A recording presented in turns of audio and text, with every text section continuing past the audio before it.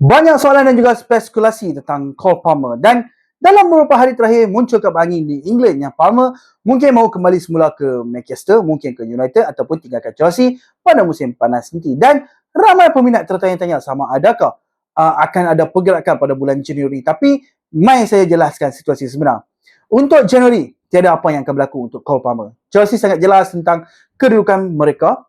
Palmer dilihat sebagai pemain penting dalam projek jangka panjang kelab dan mereka tidak bercadang untuk melepaskan pemain tersebut sekarang. Dan pengurus Chelsea sendiri iaitu Liam Rosenior sendiri mengesahkan dalam satu sidang media bahawa dia telah bincang beberapa kali dengan Palmer dan pemain itu sangat gembira di Stamford Bridge. Jadi tolak tepi pasal spekulasi perpindahan tersebut. Dan Rosenior menegaskan bahawa Palmer adalah sebahagian daripada rancangan jangka panjang projek Chelsea dan kelab mengira padanya untuk separuh kedua musim.